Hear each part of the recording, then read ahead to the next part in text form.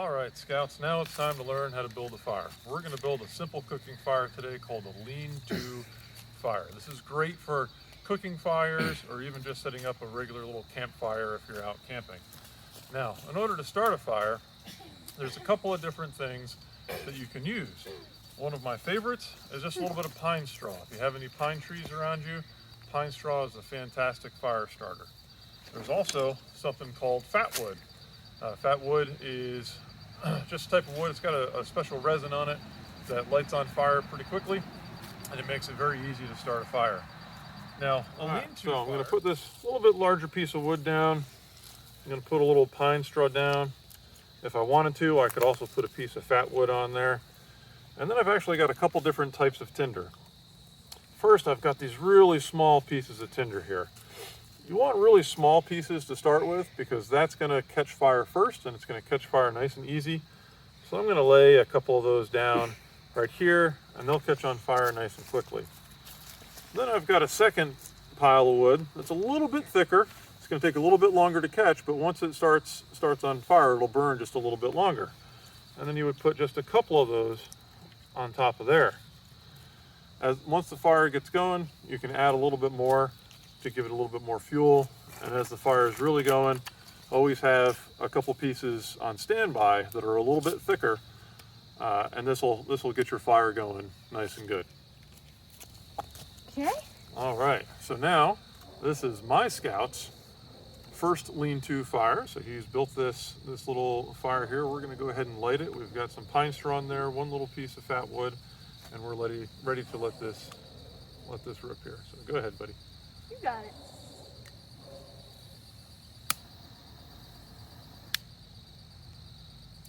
There we are. All right, now what's really important is when you're choosing what kind of kindling you're selecting for your fire, you really want to make sure that it's dry wood. If the wood is wet, it is not going to light very well at all.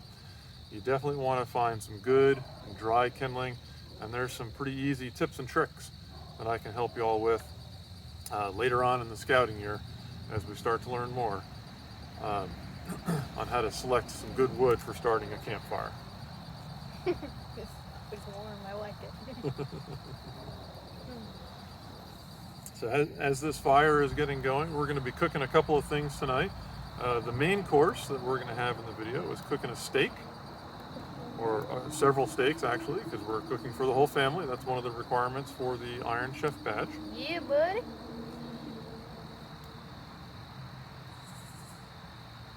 And we'll also be cooking a couple of s'mores too. Yeah, s'mores.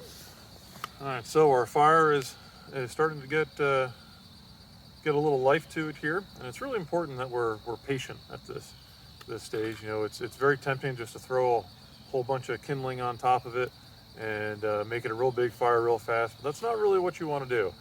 You want to give it some time, let the wood catch fire, and slowly add little pieces of kindling to it and make sure it catches fire.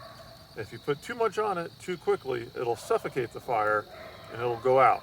And by suffocate, I mean that fire needs oxygen in order to burn, and the more kindling you put on it, the less oxygen it'll have and the fire will go out. So you want to be patient, just put little pieces on it, you know, from time to time. Let it catch fire, and as it grows, you can put a few more pieces on it. It's really important with a cooking fire that you don't have a really large bonfire. Bonfires aren't great for cooking. In fact, what you want is a nice fire with a lot of hot coals, but not a whole lot of flames to it. You want to give it some time to get good and hot, a fire that's going to stay warm for a long time. That's the type of fire that you're going to want to cook over. So we're going to give this a few more minutes. We're going to let it burn, and we'll be back in just a moment with a quick update.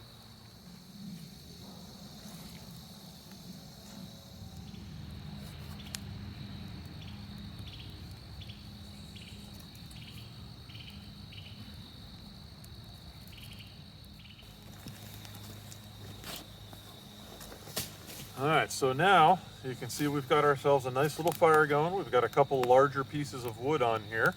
My Scout's doing a great job. We're gonna let this burn a little bit.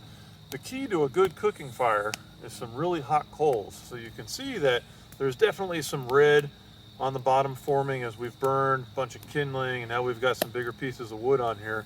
But we want to get a good even bed of red coals before we can cook on it. So we're going to keep tending this fire for a little while and get a better bed of coals on it, and then we'll be ready to start cooking.